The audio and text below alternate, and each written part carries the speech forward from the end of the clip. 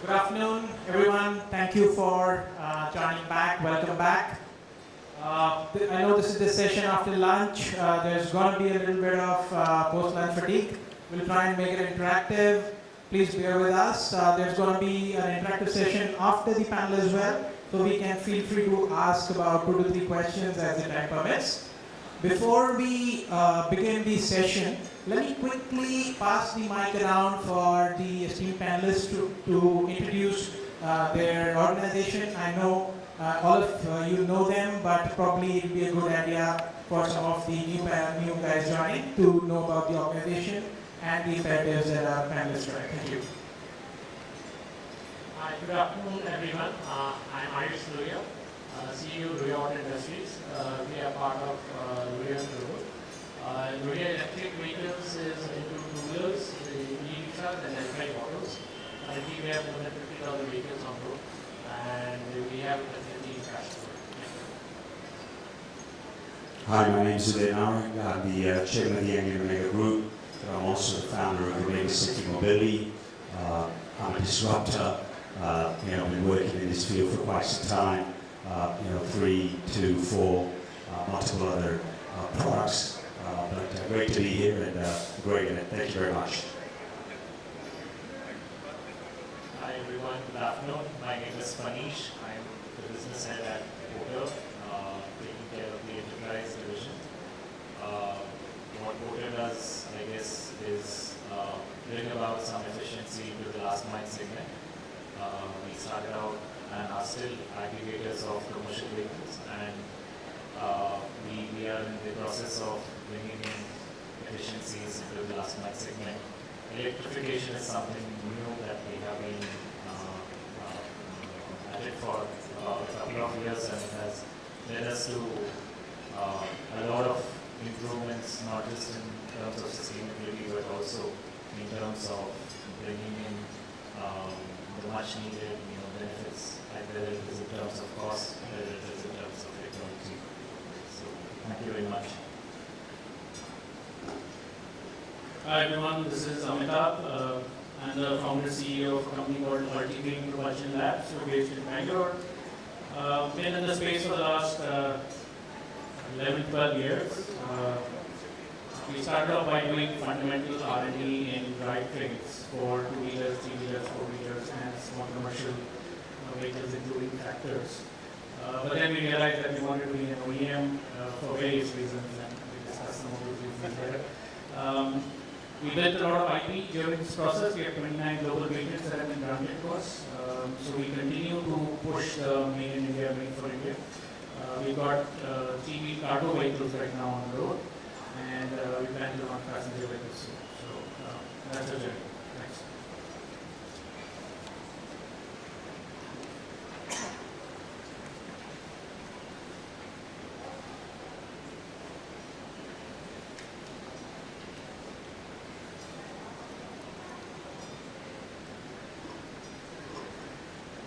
Check. Thank you so much. So now moving on to the topic of the panel. So we are going to discuss about last mile delivery and how zero emissions and last mile delivery go together. So before we begin, I just want to bring up some data points, and there's a slide also as we speak in the background.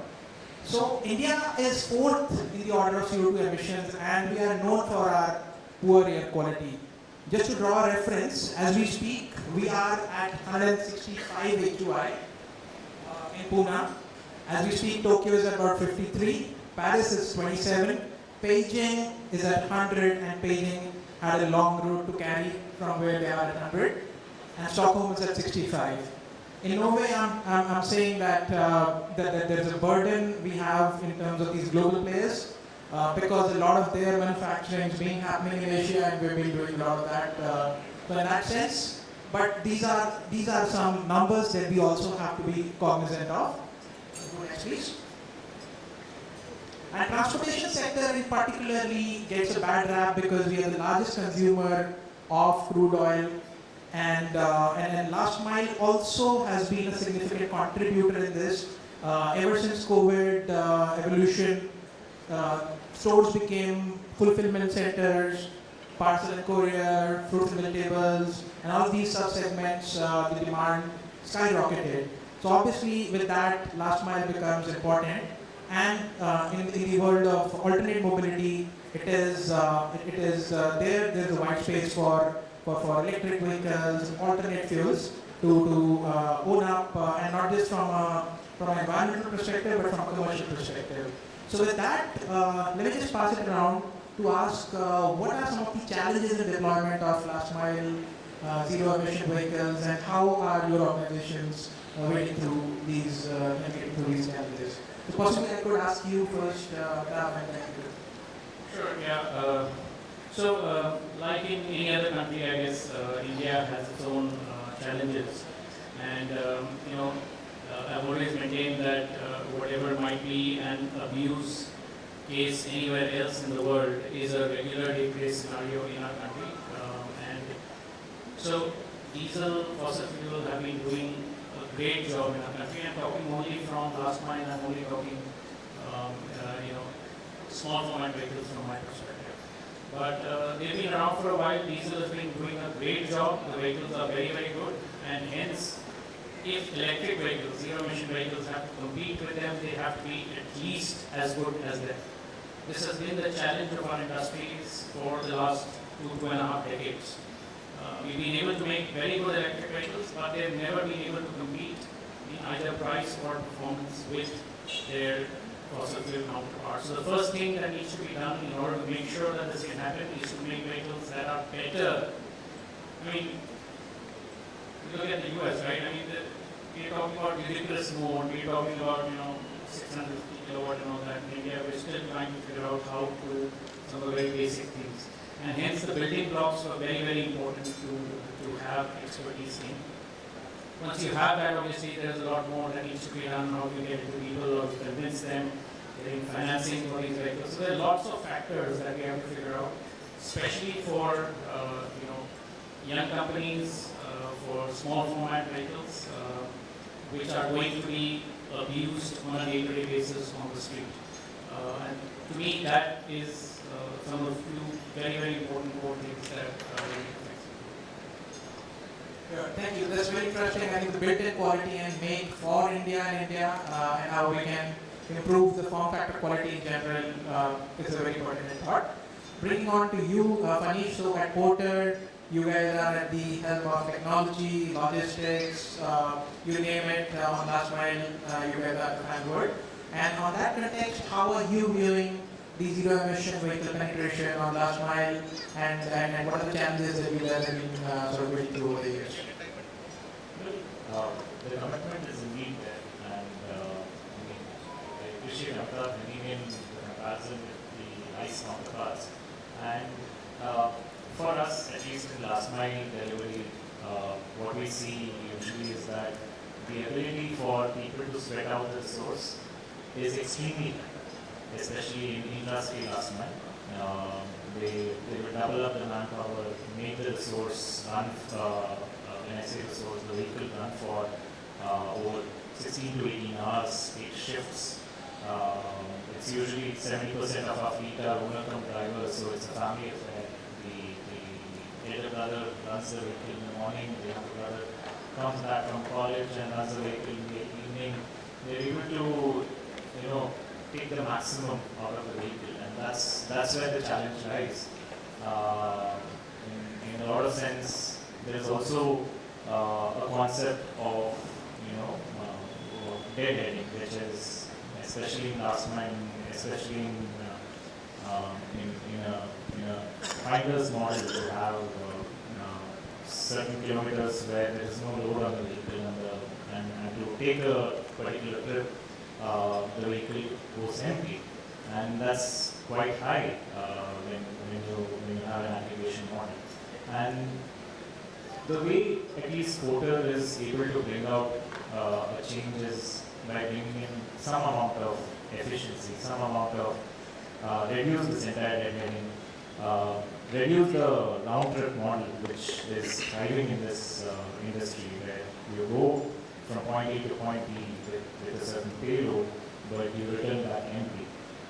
We are able to see that the efficiency, the utilization of vehicle increases by about 40%, and that's where we are extremely positive about the impact of electric vehicles in our market. Yeah, very interesting point on asset utilization. And I think in the earlier panel also there was a discussion that electric mobility makes sense when the assets are on maximum utilization compared to, let's say, an ICE. So sure, I think technology plays a major role, and probably we'll circle back on technology later as well. Uday, Omega City operates multiple segments, and your organization has been prevalent of green mobility for a while. Just want to draw on some of your learnings and challenges on last mile particularly, and how zero emission vehicles and last mile play together. Sure. Clearly, look, I think when you look at last mile, I think you've got to look at if you really want to get scale. This is something we've been involved in last mile logistics also in quite a significant way over the years. There's Delhi, Mumbai, Bangalore, Hyderabad. These cities. But once you get out of here, the real for me. I'm working in tier 2, 3, 4 cities non-stop. I think that's where the battle's going to be won and lost. I think, yes, it's great. We've got all the, Delhi or Bangalore or Hyderabad, we got enough vehicles, and we can put as many vehicles as possible. The real problem, I don't know, I'm sure, we do some work with you, I'm sure, and I go visit most of the nights I'm out there in the front line. And when I see charging problems. Right, the drivers are saying, okay, you give the vehicle, but there's not enough charging capabilities. Quality is coming. Because if the quality is not there, then whether it is, Altigreen, OSM, Loyaji, anybody, Piaggio, Mahindra, Bajaj, they're all there, right? The battle is, everybody's in the game. When we started 5-6 years ago, they were not in the game. Today, everybody's in the game. Obviously, TDS, TI cycles, everybody's here. The quality, the technology, the powertrains, motors, batteries, all about that. The key part is building the ecosystem. And I think the scale needs to happen.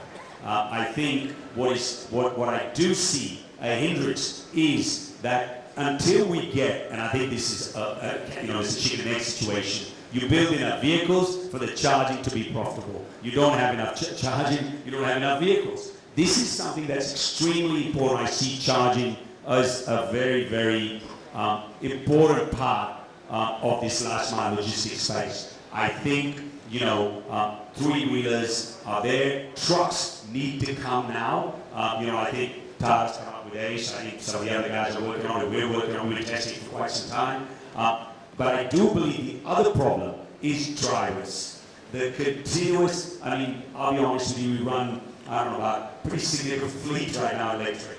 And I'll tell you, keeping drivers, and I'm sure you'll see this in Port, is extremely hard. And you know why it's hard? Because, in America, in England, America, you pay peanuts, you get monkeys. You're getting such bad, quality of drivers. And the last mile logistics success can only be if you have the right drivers. You have to have the right training. And they have to be incentivized. Because I'll tell you, whether it's Porter or somebody else or even us, the amount of money we pay them, I don't think it's enough. And that's leading to a continuous turnover of drivers. That leads to abuse of vehicles, right? And what we have seen, and I'm seeing the data like this, a driver that owns the vehicle, he or she cares about the vehicle. The guys that get it on lease, they don't give a monkey. They are driving the vehicles like, they're taking it on a daily, monthly, weekly. The vehicle, as an OEM, if you can actually make a vehicle work in this country,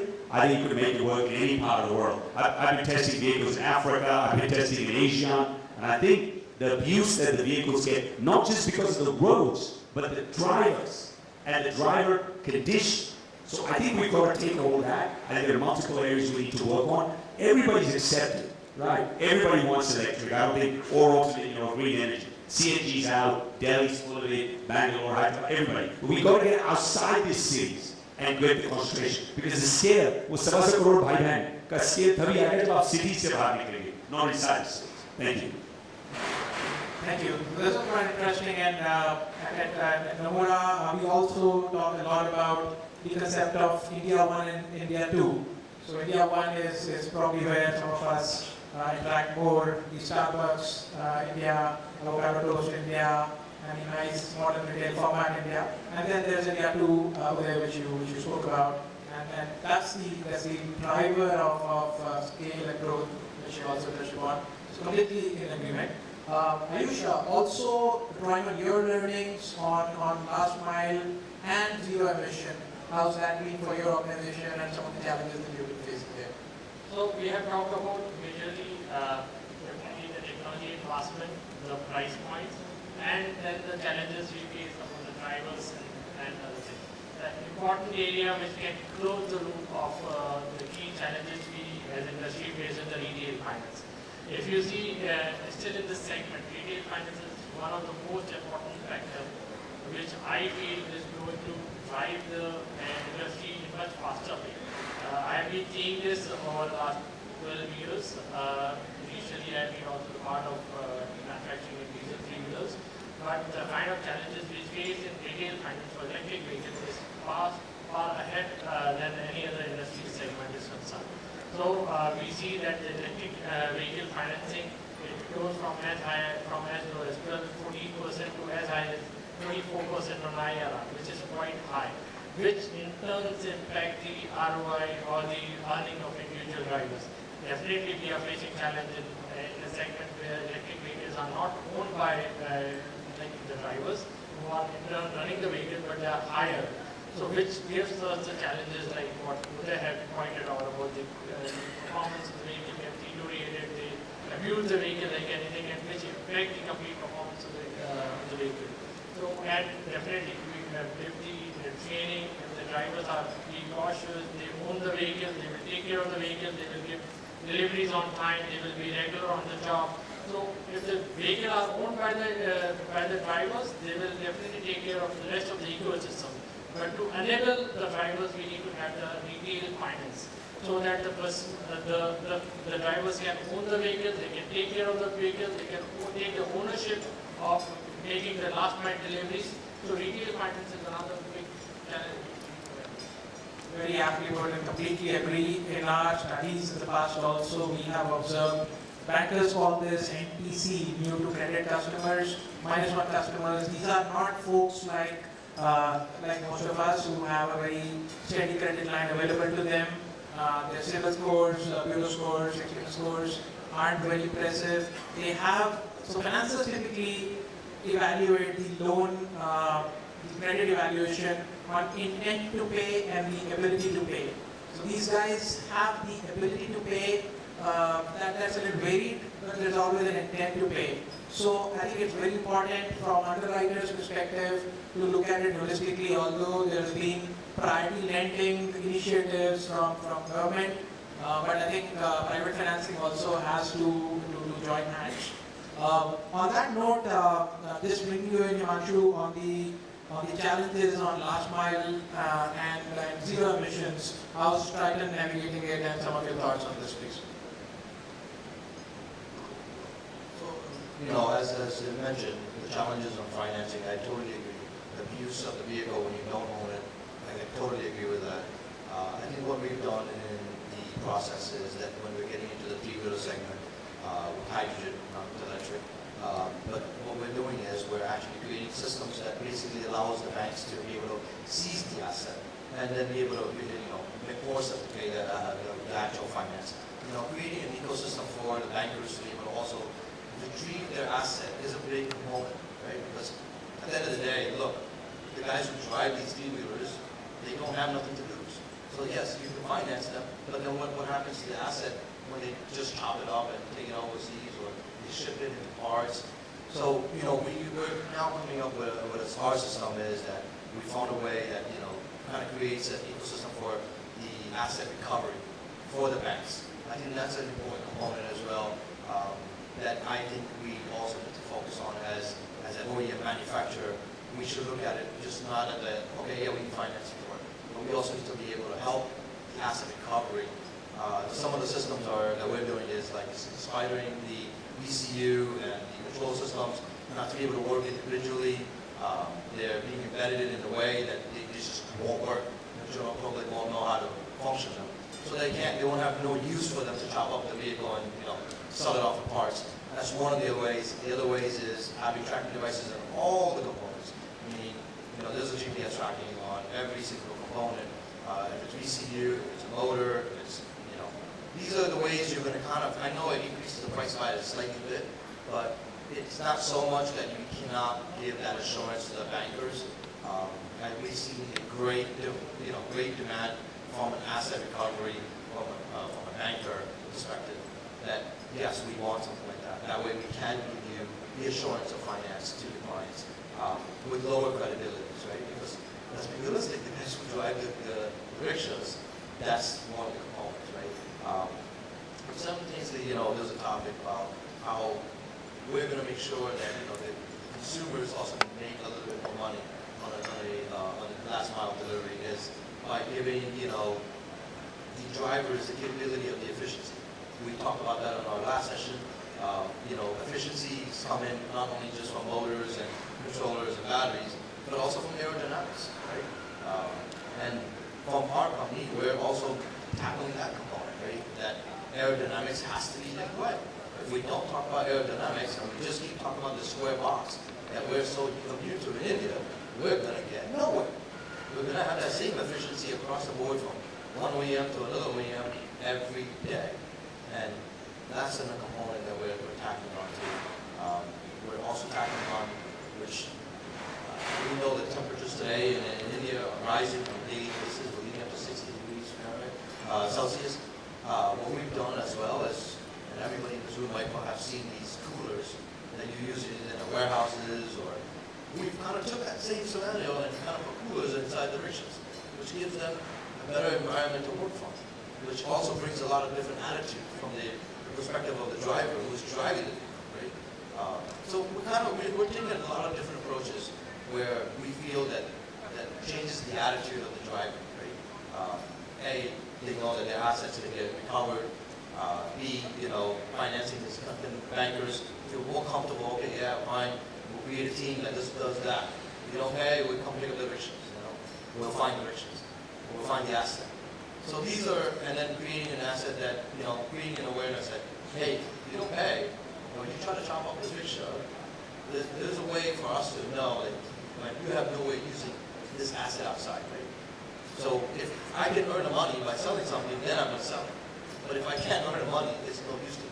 So again, I know this is not a 100% guarantee, but it's a roadmap to give the bankers at the same time. I sometimes feel that OEMs always just think about, hey, my sales. And some bankers should finance us.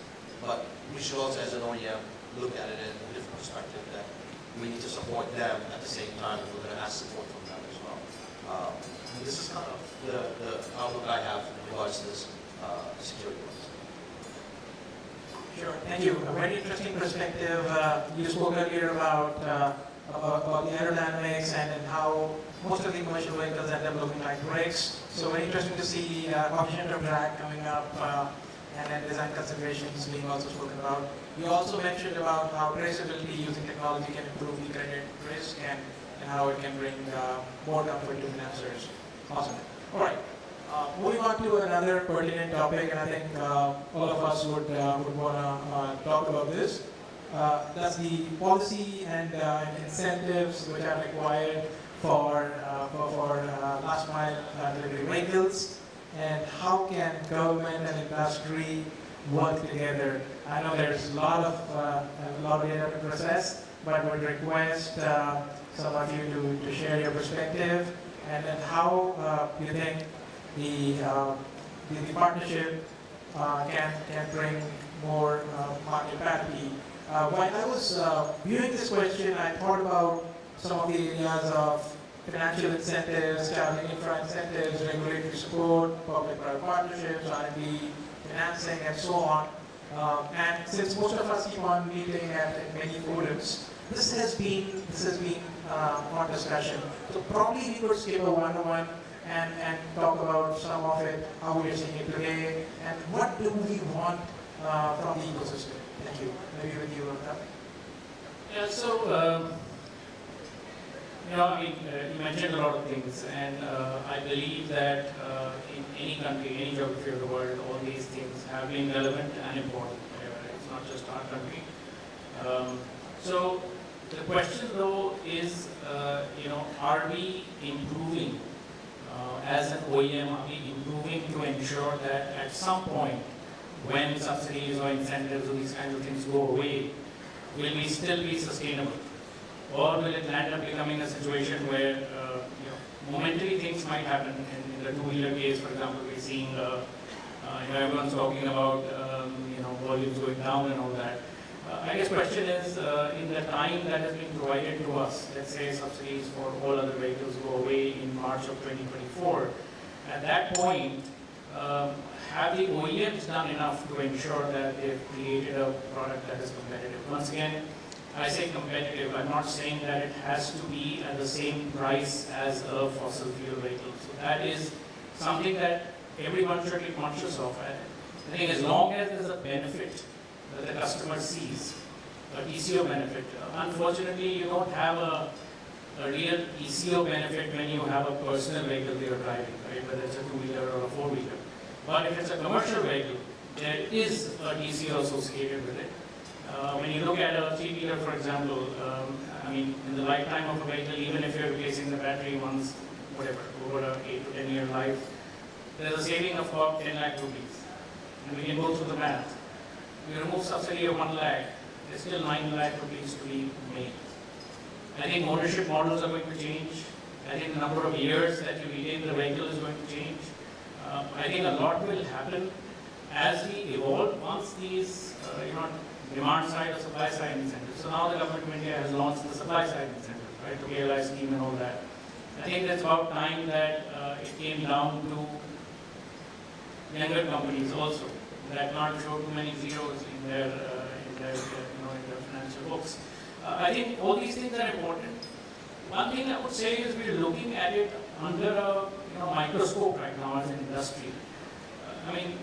Diesel fossil fuel had over 100 years to mature. And in this industry, if you look at L5, three of us are in the three-wheeler space. L5 industry started somewhere around 2020 when the first L5 vehicle was launched. It's not been long enough for the industry to mature. But I think a lot of the good building blocks have been put in place. I think each of these things that we mentioned as constraints, whether it's financing or drivers and those kind of things, I think it's evolving. A lot of new business models are being created. I see a lot of that happening, and that gives me that confidence that I think we're moving towards a world where, without the incentives also, we will be able to stand on the commercial vehicles. That's my views.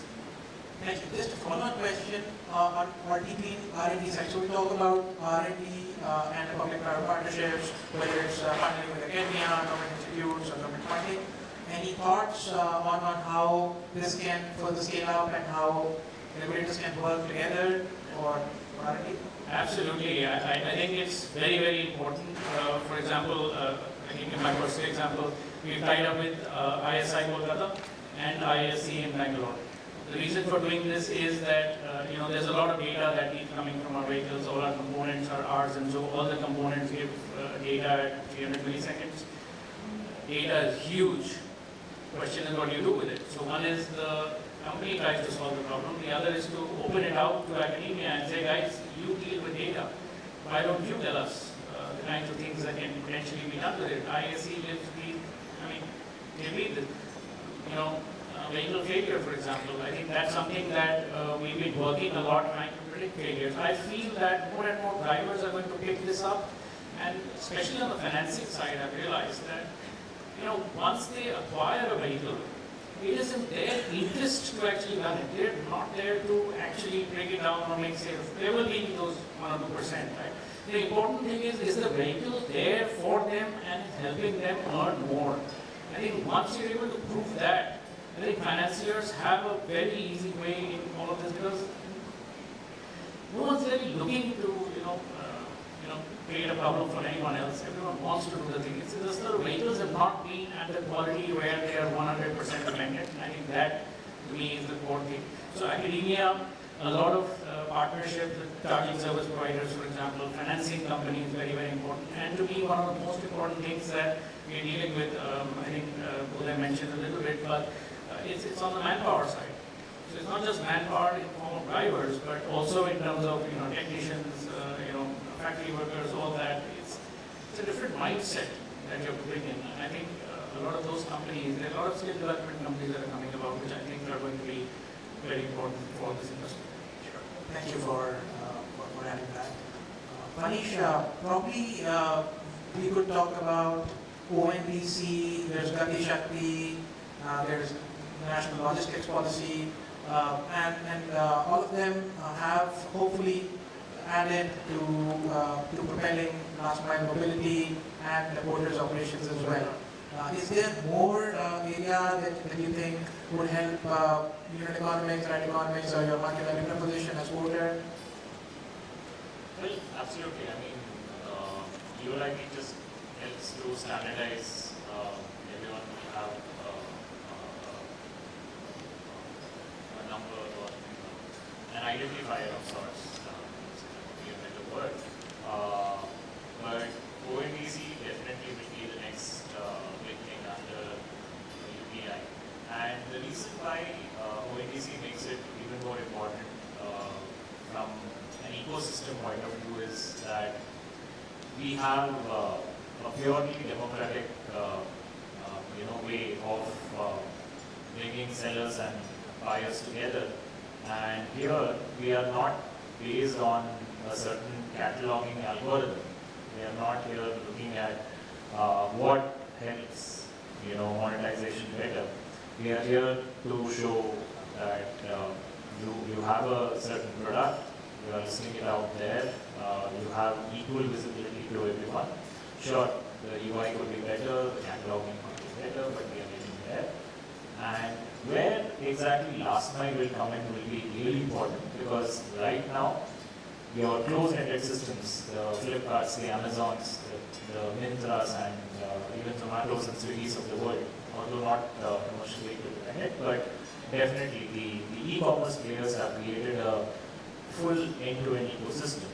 How well we can leverage, our linkages within this ecosystem to provide the kind of experience that, let's say, these large e-commerce players are providing, the same-day delivery, the single-day delivery without hitch, will determine how well ONDC kind of concepts can be passed. For people who are not introduced to ONDC, ONDC is quite simply, the TCP/IP of the internet. It just allows anyone and everyone to list their products. They don't have to be dependent on becoming an Amazon reseller or an Amazon seller, part of high commissions, and it essentially helps everyone list down their products. And you have an intermediary, there is a payment intermediary, or ONDC acts as the escrow, and once the goods have been shipped, the seller gets the payment for the goods, the logistics player like us get the payment for the service that we deliver, and the buyer gets the product. So that's a very layman explanation of what ONDC is. Definitely there are a lot of things that will change up, or I know. Thank you. Yeah, obviously that means more e-commerce, more cross merchandise value, and more orders per porter, and everyone makes a time when that happens. Great. Uday, just drawing on your experience on regulatory and policy side, on the framework, both on demand and supply, and what incentives do we need? I know that's a very... Look, I worked in the United States in electric deregulation. I worked in major part in deregulation in Europe. I believe, and I can be completely, we've spoken about this, don't depend on the government. If you're going to depend on the government, I think you're going to be, we use the word SOL, shit out of luck. I think long term, that's just not going to work. I think, other countries are doing it. I think any business model that is building in this country on a subsidy, I think we should look at 24, and, if somebody gives in, great. If not, I think you can't build a model on that. What I don't like is, I was a hedge fund manager. I invest in businesses long term. I only know long term. I don't know. I like to run marathons, not sprints. But when you build a long term business, and when the government is doing this, it's not good. One day we've got a 15,000 kilowatt, next day we've got a 10,000. Look, there's going to be bad actors. My only say is, if few people jump the red light, are we all bad? I don't think that's the right policy either. What I want is a policy clarity. A business long-term gets built on a cohesive and constructive long-term vision. And I think what is going on right now is, yes, there are a few bad actors, but I think the policy, it's like cricket, everybody's got an opinion on fake policy right now, right? And I think there's a lot of good work being done behind the scenes. Think about the number of vehicles that are out there. See, we crossed 1 million vehicles already. I think there's a lot of great companies doing great work, R&D is happening. So I think what I would like, but first of all, that OSM, I'm working a business without subsidy. And if we get it, great. I think people have difference of opinion. I think that from my 2 cents, there's no clarity right now. I think one day we have it for the buses, next day we have it for 2-wheelers, then we have it for 3-wheelers. We're just continuously changing. I want a consistent policy. Yes or no? I think that's most important. And that makes me build a business for the long term. And if we want to be what we want, what the Prime Minister talks about, silent revolution, or somebody I'm a big fan of, who's going to be here later, Nitin Gadkari, who knows what is doing. But we need some consistency. We want fame to be paid when it needs to be paid. We got to give it to the customers and the companies. I was talking about young companies. We want to roll out passenger. I mean, if I want to roll out 5,000 passenger vehicles a month, that's 50 crores locked up every month. How many months can I survive, on continuously? And if you go to the markets, you were talking about 10 to 20%. So you're giving money for free, and you're borrowing it. That's not a good business model either. And so I think that does not help growth of this system. So I think quite a few, there's a lot of good things, but there are a few things which are broken because they're not working.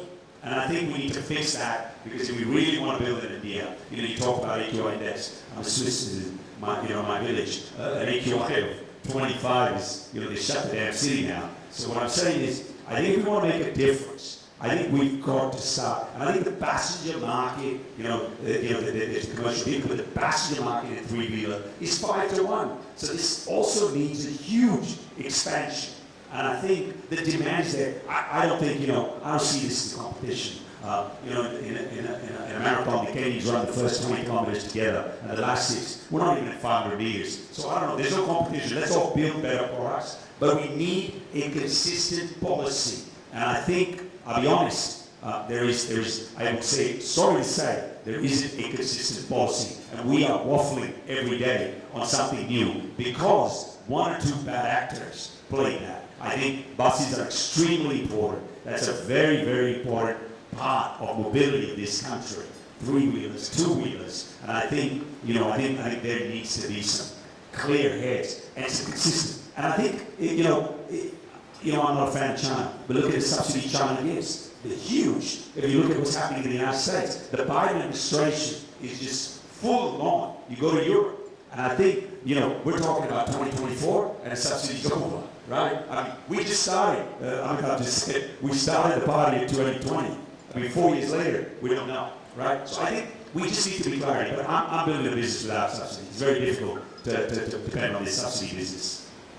Sure, very applicable, and I agree. I think the training wheels eventually have to go away, but the question is how soon they need to be there, and when is the buoyancy of the market going to emerge?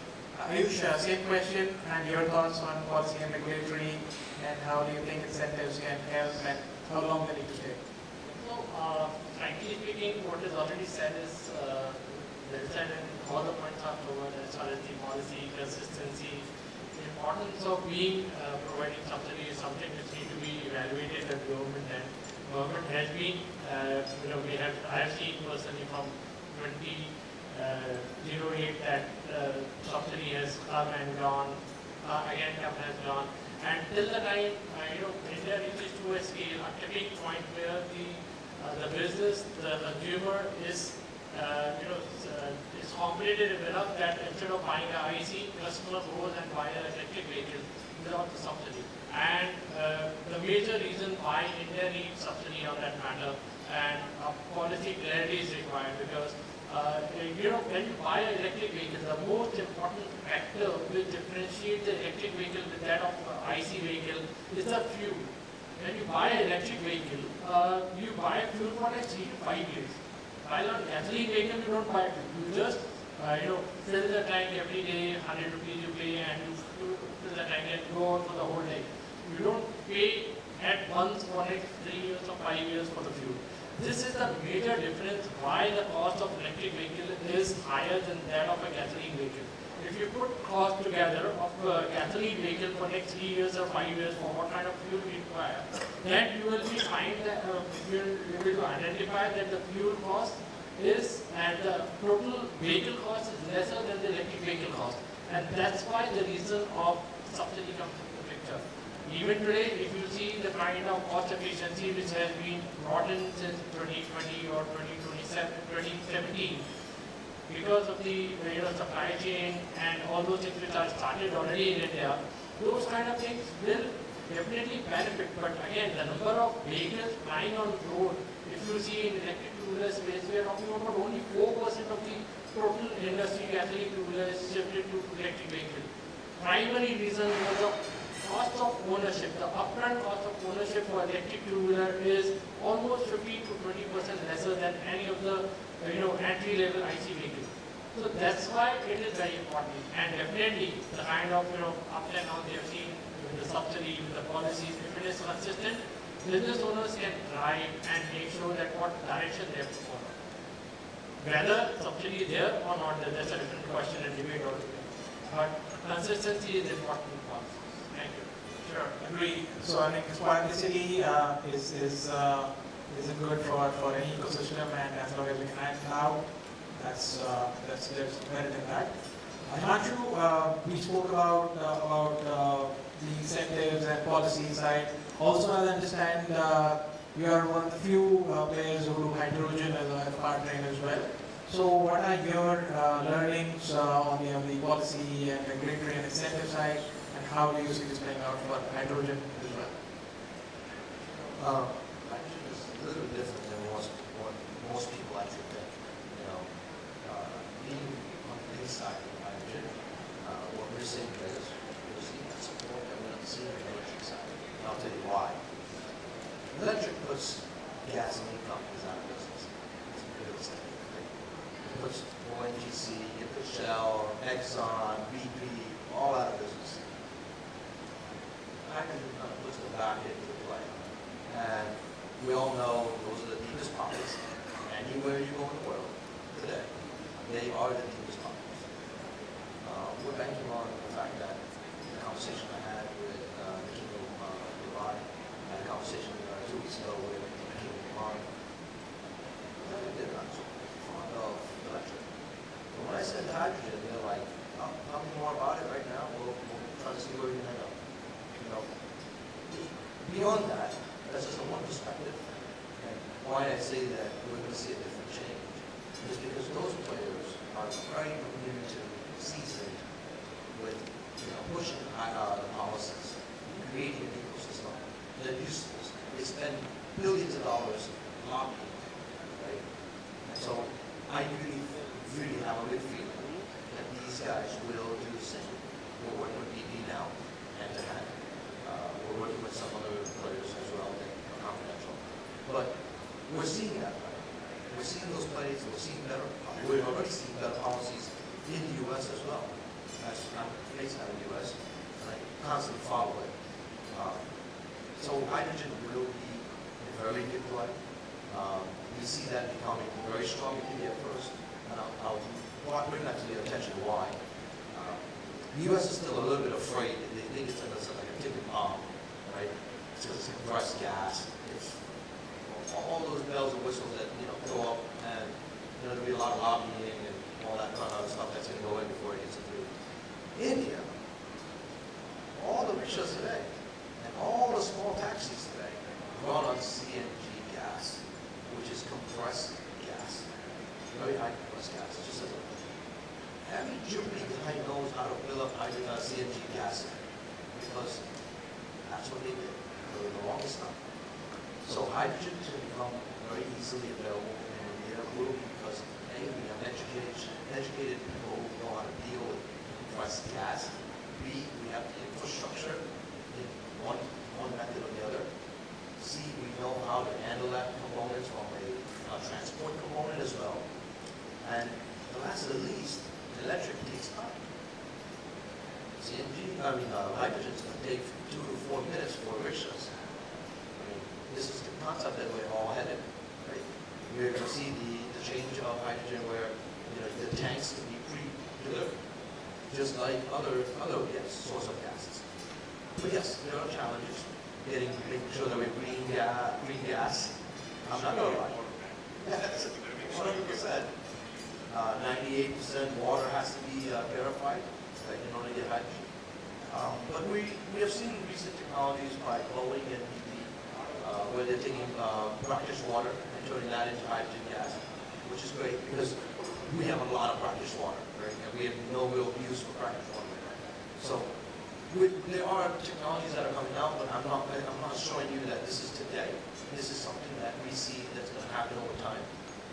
But yes, if I say that which country I had to pick from the globe that will become the first hydrogen, I feel, in my opinion, it would be India because they have been dealing with something that's very similar as a composite versus to other countries who have not really dealt on a mass scale, right?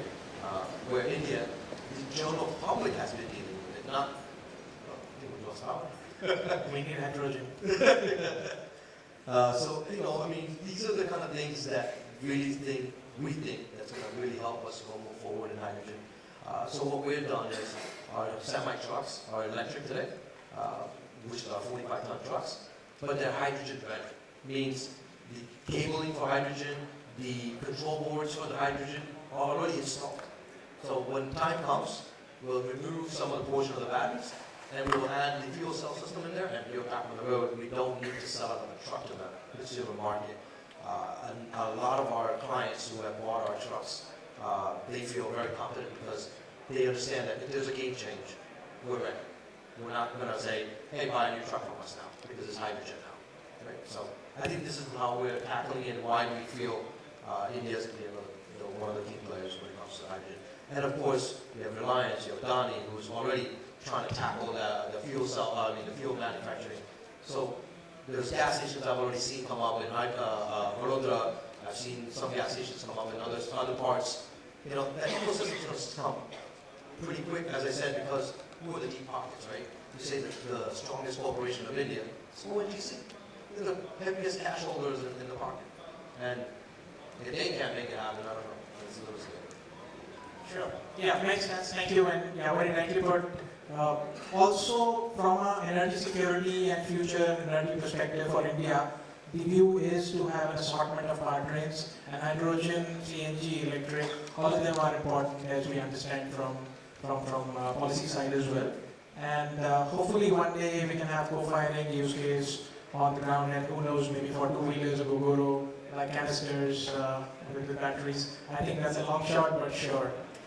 All right, so we are just in time for one last question, and then we can open it for some quiz. Last question probably which we can discuss is about sustainability and profitability. In the end, these two have to go hand in hand. We cannot be tree huggers, ignoring the balance sheet, the P&L. Ultimately, that's what goes the show going. So, what are some of the imperatives to ensure profitability while navigating sustainability measures for last mile and zero emissions? So, I have to start with the difficult questions. So, I think,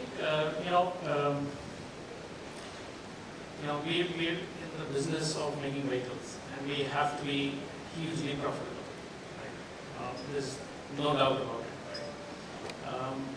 I think, like I said, we have to constantly keep innovating a lot of value engineering to ensure that you're reducing the cost of the components, you're doing value engineering to ensure whenever you start, you over-design something, right? And then you keep on trying to reduce that. So I think from an engineering perspective, our roadmap is very clear. We will be, cost, we will be definitely profitable. I don't see that as a tremendous issue. I think subsidy going away, yes, there will be a dent.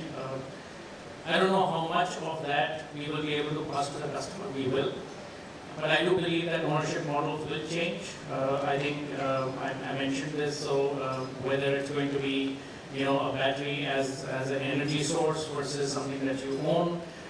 Again, will people want to keep the vehicle at the end of the warranty period or not? You'll be surprised at what kinds of things change, because today a lot of people who are holding on to their vehicles just because of the permit.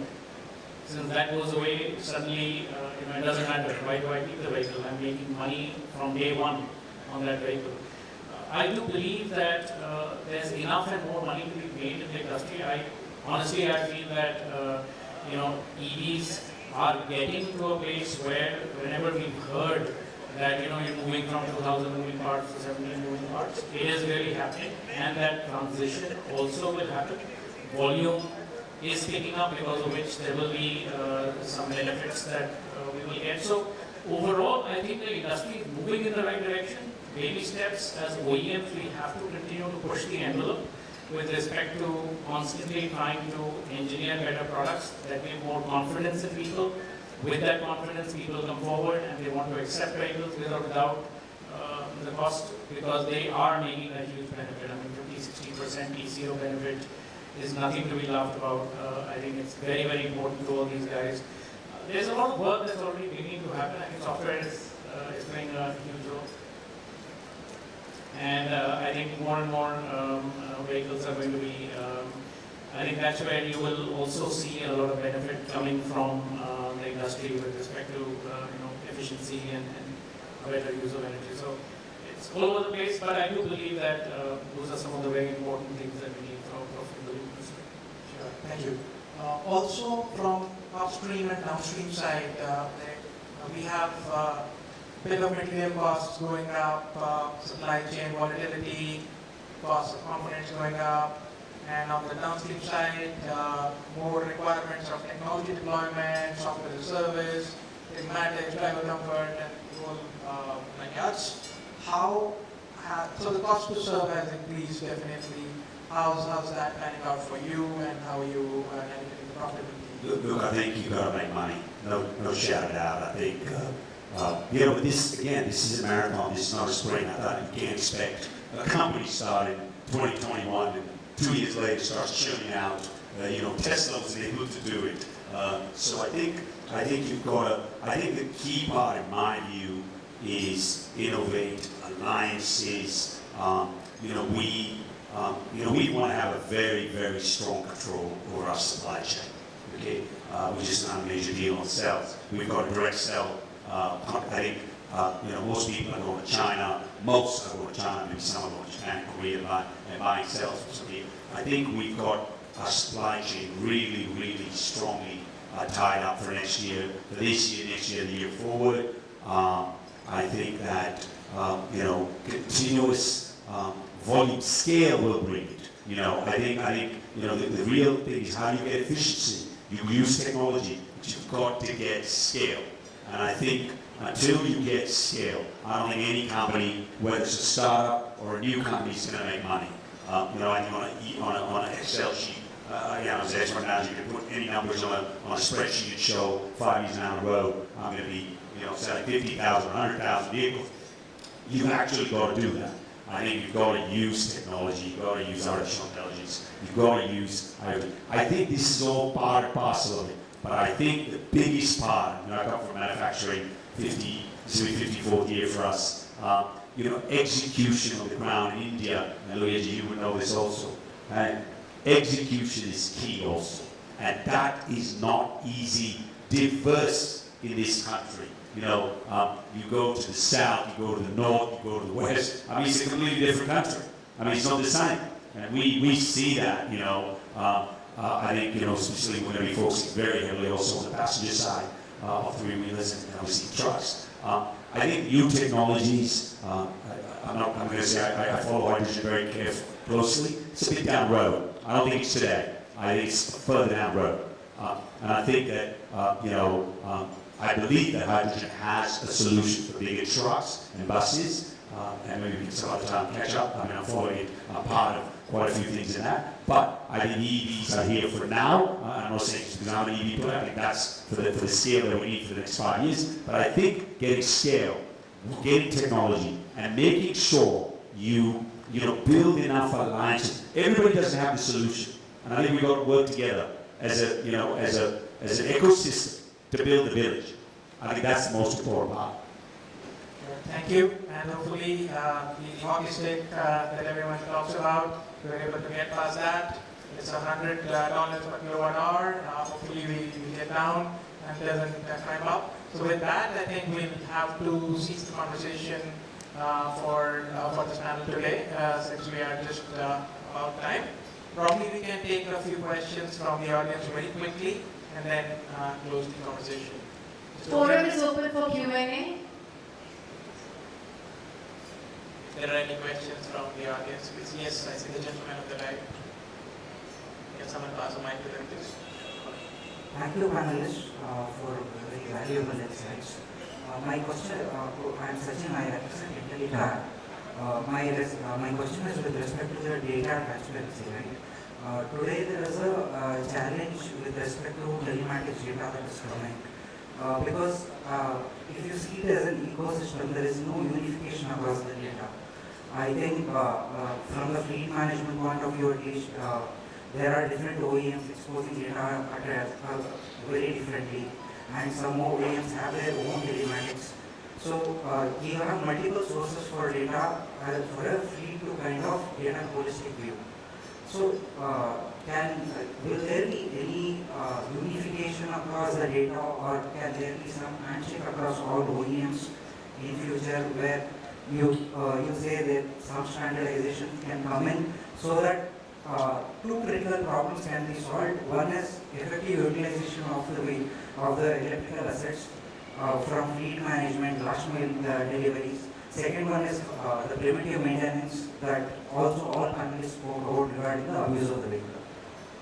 Probably one of us can address it. That's a Bharatiya data lake for electric vehicle program, if you will. Yeah, so, if I turn this around and say that, instead of trying to say that we should, as OEMs, unify this data and present it to others, I think it should come from the consumer side. There are lots and lots of ways in which software can be managed, right? This is not something new. I mean, this client-server business, over-the-air, all these are not new concepts. It's just that it has come new to the automobile industry, but as a software industry, it's been around for a very long time. I think the standardization can very easily happen if you, as a consumer, were to say, well, I'm looking for this kind of an API to be able to get here. I'm getting into details, but I think it's easy. If you were to put that pressure to say that I'm going to be using your vehicles only if you conform to something like this, and that would be, I would say, we would be happy to do that if you guys can come together and say, this is the API that I want. This is how I will pull your data. But every customer wants it differently. So, ऐसा तो नहीं होगा ना कि हम लोग we change everything for every customer over there. That becomes a challenge. So I think it has to be done both ways. If you were to come out, there's always, for example, I can speak for myself, and I think for everyone else also, we have a certain amount of data that we are happy to publish to everyone. I'm noticing a lot that sometimes this data becomes very valuable to, it has an inordinate amount of value to another customer, right? And so you're wondering, why do you need this data if it doesn't help you figure out, where the vehicle is going or how many kilometers driven or the monetization for that asset? I think somewhere that line also needs to be drawn, I speak from an OEM perspective, you speak from a customer's perspective. Somewhere we have to draw the line to say this is essential for the operation of the asset and for monetization of the asset.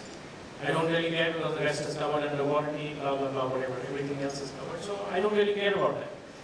I think somewhere this industry is converging towards that. So I like that everyone's open. I think it's not a closed loop where we are saying, let's stay here. My way or the highway. It's not like that. I think the industry is working together. It's taking a little bit of time. I think patience will help. I think we are converging towards that. As an OEM, we are very, very careful about data. I'm being honest about it. I think data is very important to customers, to owners. There's a lot that you can do with data. GPT engines have already started working. There's a lot of very, very cool stuff that's going to happen. And it's going to happen on the edge. So edge AI is coming and you will have a lot of stuff that is happening on the vehicle itself. It won't be happening on the cloud. Lots of very, very cool things happening. Data is going to be very key. But we're not averse to sharing data, never averse. As long as we know this is the need, this is the purpose, and it helps. And I'm sorry if you guys want to.